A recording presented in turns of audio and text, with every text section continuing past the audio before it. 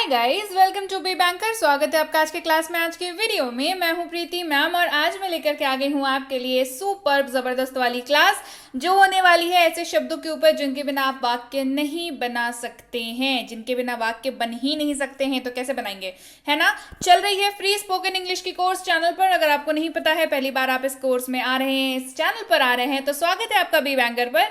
Channel पर चल रहा है बेसिक प्लस कोर्स 2.0। जी हाँ, बेसिक प्लस कोर्स की ये सेकंड सीरीज है।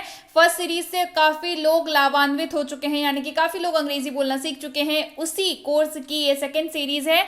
8 तारीख से कोर्स चालू हो चुकी है। शाम को 8 बजे क्लास आती है। अंग्रेजी सीखने का बेहतरीन अवसर है आपके लिए। 15 दिनों में पूरा कोर्स कराऊंगी खत्म। घर बैठे अंग्रेजी आप बोलेंगे। ई बुक भी अवेलेबल हो जाएगी इसकी। आज है आपकी क्लास नंबर 7। अगर इसके पहले की क्लासेस आपने नहीं देखी हैं तो प्लेलिस्ट बनी हुई है, डिस्क्रिप्शन बॉक्स में मिल जाएगी, आप वहां जाएं। इस क्लास को पहले फिनिश कर लें, सीख लें, फिर 1 से लेकर के 6 तक की क्लासेस भी आप कर लें। और फिर ये रूटीन है, देख लीजिए अगली क्लास जब आ रही है तब आकर के दूसरी वाली क्लास भी कर लेनी है हमें, है ना। चलिए शुरू करते हैं आज की क्लास। इसके पहले अगर चैनल पर नए हैं, पहली बार इस क्लास को देख रहे हैं तो जल्दी से सब्सक्राइब कर लीजिए, बेल आइकन भी दबा लीजिएगा और टेलीग्राम पर जरूर आ जाइएगा। इन 5 पिलर्स के माध्यम से हम लोग सीख रहे हैं अंग्रेजी बोलना और आज के इन पिलर्स का ही एक हिस्सा है। वर्ड मीनिंग, शब्दार्थ का हिस्सा है आज की क्लास। सबसे पहला शब्द है हमारे पास हैव, HAVE, हैव। पहले ही बता दूं, 2 तरीकों से इस्तेमाल होता है। हेल्पिंग वर्ब के तौर पर भी इस्तेमाल होता है और मेन वर्ब के तौर पर भी इस्तेमाल होता है, यानी कि सहायक क्रिया और मुख्य क्रिया दोनों तरीकों से ये इस्तेमाल होता है हैव का। ठीक है, दोनों इस्तेमाल बताऊंगी, सो नो वरीज। सबसे पहले इस्तेमाल देखते हैं जब ये इस्तेमाल होता है पास है के रूप में, यानी कि ये इस्तेमाल हो रहा है मुख्य क्रिया के तौर पर।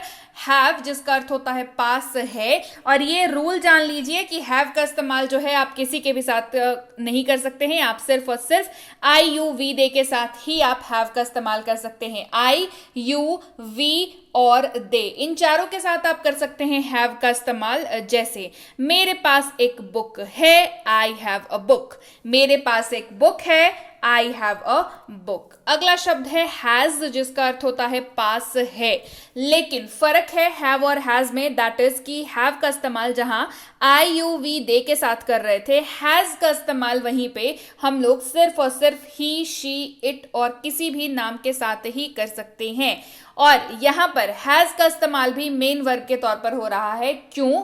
क्योंकि हैज का इस्तेमाल हेल्पिंग वर्ब के तौर पर भी होता है। मेन वर्ब के तौर पर जब हैज का इस्तेमाल हो तो उसका शब्द का जो अर्थ होता है वो है पास है, जो कि यहां पर आपके सामने है। जैसे उसके पास एक कार है, ही हैज अ कार। उसके पास एक कार है, ही हैज अ कार।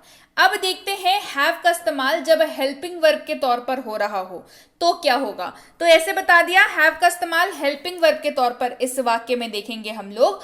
और एग्जैक्टली आपको शाब्दिक अर्थ कोई नहीं मिलेगा यहां पर, लेकिन रूल जो है वो सेम रह जाएगा। यानी कि IUV दे, ये जो रूल है इसका इस्तेमाल होने का, ये चाहे तो ये मुख्य क्रिया के तौर पर इस्तेमाल हो रहा हो, चाहे हेल्पिंग वर्ब के तौर पर इस्तेमाल हो रहा हो, डजंट मैटर, ये सेम रहेगा। Rule will be same always, right. चलिए, आप पढ़ाई कर चुके हैं, यू हैव स्टडीड। आप पढ़ाई कर चुके हैं, यू हैव स्टडीड।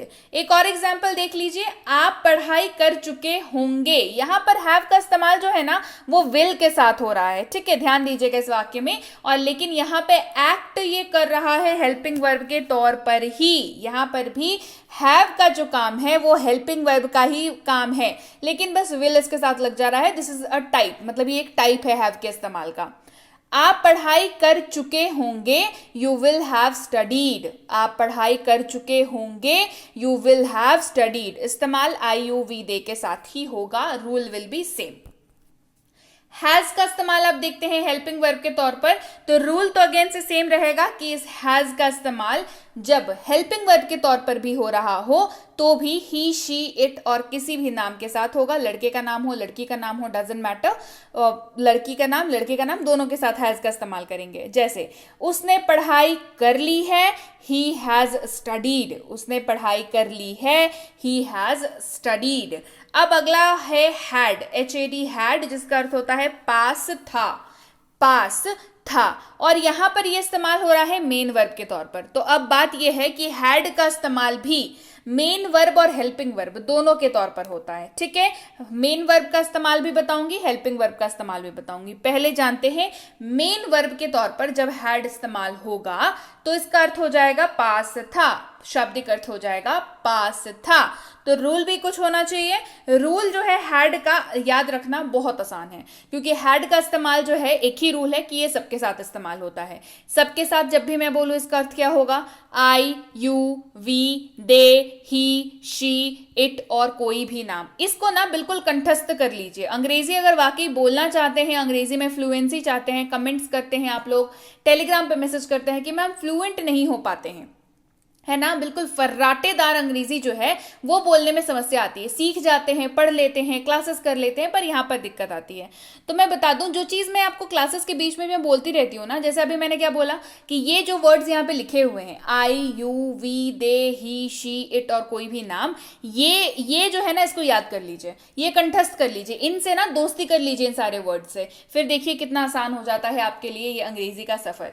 तो चलिए वापस आते हैं। हैड का इस्तेमाल इन सबके साथ आप कर सकते हैं। जैसे उनके पास एक कार था, दे हैड अ कार। उनके पास एक कार था, दे हैड अ कार। अब देखते हैं कि हैड का इस्तेमाल जब सहायक क्रिया यानी कि हेल्पिंग वर्ब के तौर पर हो रहा हो तो क्या होगा। सिंपल है, रूल पहले जानेंगे हम लोग। तो rule will be same. Had का इस्तेमाल सबके साथ होगा, चाहे मुख्य क्रिया के तौर पर हो रहा हो, चाहे हेल्पिंग क्रिया के तौर पर हो रहा हो, यानी कि हेल्पिंग वर्ब के तौर पर हो रहा हो, राइट। जैसे वह पढ़ाई कर चुका था, he had studied। वह पढ़ाई कर चुका था, he had studied। अगला शब्द है will, जिसका अर्थ होता है गा, गे, गी, और इसका इस्तेमाल सबके साथ होता है। will आपको किस वाक्य में इस्तेमाल करना है, ऐसे किसी भी वाक्य में जिसमें आपको अंत में गा, गे, गी दिख जाएगा, वहां पर will का इस्तेमाल होगा। रूल यही है कि सबके साथ इस्तेमाल होगा, I, you, we, they, he, she, it और किसी भी नाम के साथ। जैसे वह पढ़ाई करेगा, ही विल स्टडी। वह पढ़ाई करेगा, ही विल स्टडी। वह पढ़ाई कर रहा होगा, ही विल बी स्टडिंग। वह पढ़ाई कर रहा होगा, ही विल बी स्टडिंग। वह पढ़ चुका होगा, ही विल हैव स्टडीड। वह पढ़ चुका होगा, he will have studied। आगे बढ़ते हैं अगले शब्द की ओर, जो कि है कुड। COULD, L होगा साइलेंट और इसको उच्चारण करेंगे कुड, COULD, लेकिन उच्चारण होगा कुड, जिसका अर्थ होता है सका, सकी, सके। या तो ऐसे इस्तेमाल होगा या फिर पाया, पाई, पाए, या तो ऐसे इस्तेमाल होगा, ठीक है। एक और कुड के बारे में जो जानकारी वो ये कि कुड जो है वो कैन शब्द है ना, कैन, वो भी कराऊंगी, समस्या नहीं है। कैन के पास्ट फॉर्म को कुड कहते हैं, ठीक है। कैन का पास्ट फॉर्म क्या है, कुड है। और कैन क्योंकि एबिलिटी को दिखाता है तो उसका पास्ट फॉर्म भी किसको दिखाएगा, एबिलिटी को ही दिखाएगा। एबिलिटी का मतलब क्या होता है, क्षमता, है ना, आपकी क्षमता को दिखाएगा। और इसका इस्तेमाल जी सबके साथ होगा, I, you, we, they, he, she, it और किसी भी नाम के साथ आप कुड का इस्तेमाल कर सकते हैं। जैसे मैं यह नहीं कर सका, I could not do it. मैं यह नहीं कर सका, I could not do it. Should अगला शब्द है हमारे पास, जिसका अर्थ होता है चाहिए। क्या अर्थ होता है, चाहिए। इस्तेमाल सबके साथ होगा, I, you, we, they, he, she, it और किसी भी नाम के साथ इस्तेमाल हो जाएगा। और एक चीज, ये सजेशन वाले वाक्यों में इस्तेमाल होता है, जिस वाक्य में सुझाव की झलक आ रही हो वैसे वाक्यों में इस्तेमाल होता है। जैसे तुम्हें जाना चाहिए, यू शुड गो। अब बताइए, इस वाक्य को पढ़ के मुझे बताइए, ये वाक्य ऑर्डर देता हुआ वाक्य तो नहीं है, है ना। ये कैसा वाक्य है, ये सुझाव देता हुआ वाक्य है कि नहीं तुम्हें जाना चाहिए। आप सुझाव दे रहे हैं, सामने वाला जाएगा, नहीं जाएगा, उसका मन है, पता चला आप ही को डांट के बिठा दिया कि हाँ बड़ा ना तुम जानते हो क्या, है ना। तो आपने सुझाव दिया, तो सुझाव नुमा वाक्यों में शुड का इस्तेमाल हमेशा होगा। तुम्हें जाना चाहिए, यू शुड गो। अगला शब्द है वुड, WOULD, L साइलेंट, पढ़ेंगे इसको वुड। शुड के बारे में भी SHOULD, L साइलेंट पढ़ते हैं शुड। वापस आते हैं वुड पर। वुड का अर्थ होता है गा, गे, गी, यानी कि वाक्य के अंत में अगर आपको दिख जाए गा, गे, गी तो वहां पर वुड का इस्तेमाल होगा। लेकिन ये ऐसे वाक्यों में इस्तेमाल होगा जो संभावना दर्शाते हुए वाक्य हों, जो पॉसिबिलिटी बता रहे हों, संभावना बता रहे हों। इस्तेमाल जी सबके साथ हो जाएगा, I, you, we, they, he, she, it और किसी भी नाम के साथ। जैसे उन्होंने कहा कि वे मेरी मदद करेंगे, they said that they would help me. अब देखिए, किसी ने कहा कि मदद करेंगे, अब एक्चुअल टाइम पे मदद करेंगे कि नहीं करेंगे, इसके ऊपर आप श्योर नहीं हो सकते। सिंपल सी बात है, नहीं हो सकते हैं। क्या कर रहे हैं? संभावना जता रहे हैं। हम लोग ये संभावना मतलब संभावित है कि वो मदद कर सकते हैं, है ना, करेंगे मदद, तो ये संभावना ही आप जता रहे हैं ना, कोई श्योरिटी तो है नहीं कि वो मदद करेंगे या नहीं करेंगे। तो ऐसे वाक्यों में वुड का इस्तेमाल होता है। अगला शब्द है डू, DO डू, जिसका इस्तेमाल करते हैं हम लोग सवाल पूछने के लिए भी या फिर वाक्य बनाने के लिए भी इस्तेमाल करते हैं। फिलहाल इसको देख लीजिए। जब भी आपको वाक्य में दिखे क्या ब्लैंक हूं या क्या ब्लैंक है, अब ब्लैंक में क्या आएगा, मैं हमेशा बताती हूं, वाक्य का जो एक्चुअल मैटर है वो आएगा ब्लैंक में। इस्तेमाल किसके साथ होगा? आई, वी, यू, दे, सबके साथ इस्तेमाल हो जाएगा। कैसे इस्तेमाल होगा चलिए जानते हैं। क्या मैं जाता हूं, क्या दिख गया? हूं दिख गया, बीच में ब्लैंक दिख गया ना। क्या मैं जाता हूं, डू आई गो, क्या मैं जाता हूं, डू आई गो। डज अगला शब्द है जिसका अर्थ होता है क्या है। इसका इस्तेमाल होता है ही, शी, इट और किसी भी नाम के साथ। ब्लैंक में क्या आता है भाई? Actual matter. जैसे क्या वह पढ़ाई करता है, वह पढ़ाई करता, ये ब्लैंक में आ गया। क्या है, ये आसपास हो गया। डज ही स्टडी, क्या वह पढ़ाई करता है, डज ही स्टडी। अगला है डिड, DID डिड, जिसका अर्थ होता है क्या ब्लैंक, था, थे, थी, तीनों में से कोई भी हो सकता है। और डिड का इस्तेमाल जी सबके साथ होता है। I, you, we, they, he, she, it और किसी भी नाम के साथ होता है। जैसे क्या थे दिख गया।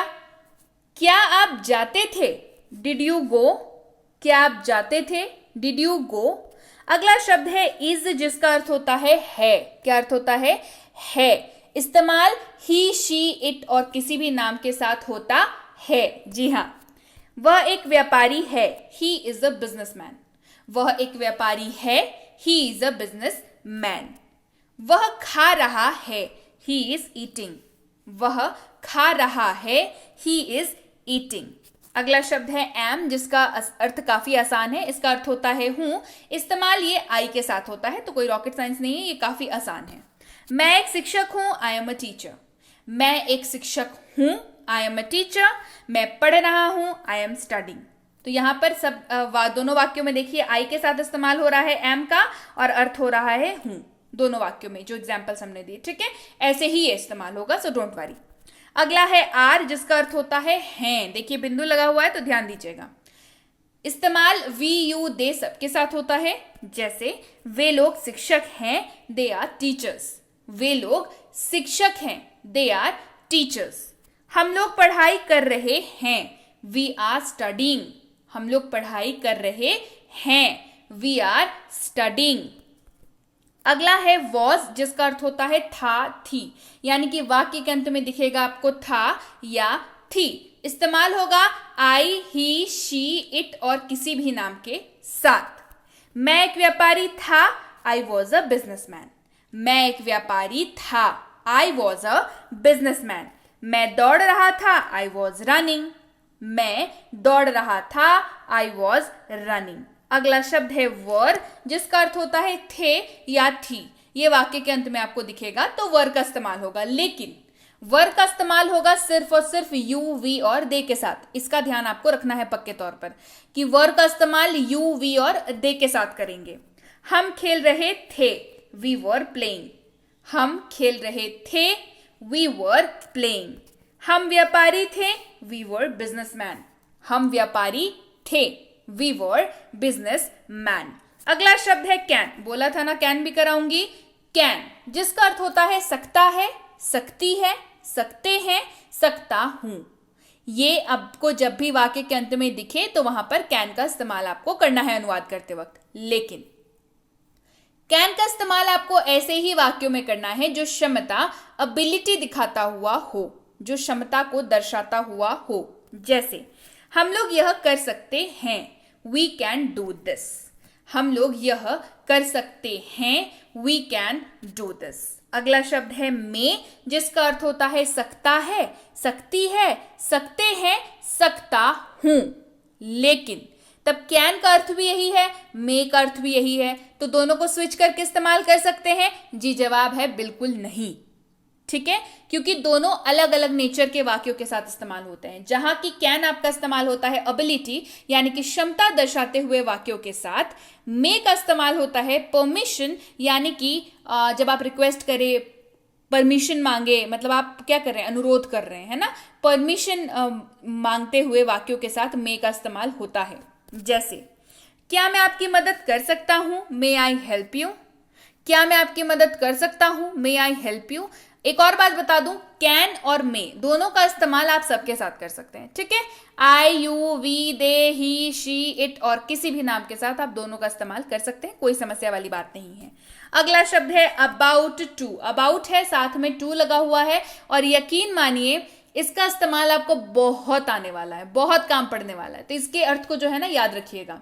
इसका 3 अर्थ होता है, वाला हूं, वाले हैं, वाली हूं। इस तरीके से ये अर्थ इसका होता है, और ये इस्तेमाल सबके साथ होता है, I, you, we, they, he, she, it और किसी भी नाम के साथ। जैसे मैं खाने वाला हूं, I am about to eat. मैं खाने वाला हूं, I am about to eat. About to का एक और अर्थ होता है, वाला था, वाले थे, वाली थी, और यहां पर भी इसका इस्तेमाल हो जाएगा सबके साथ। ठीक है, जैसे मैं खाने वाला था, I was about to eat.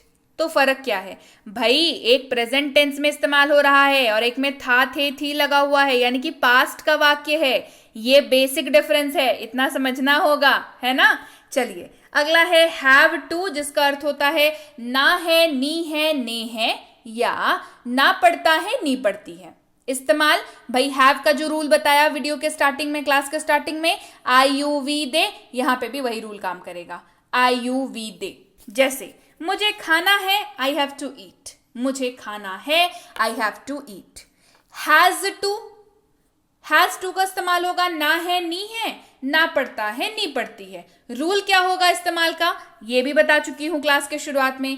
Has का जो रूल लगेगा वो यहां पे भी लग जाएगा कि ही, शी, इट और किसी भी नाम के साथ हैज टू का इस्तेमाल हो जाएगा। जैसे उसे जाना है, ही हैज टू गो। उसे जाना है, ही हैज टू गो।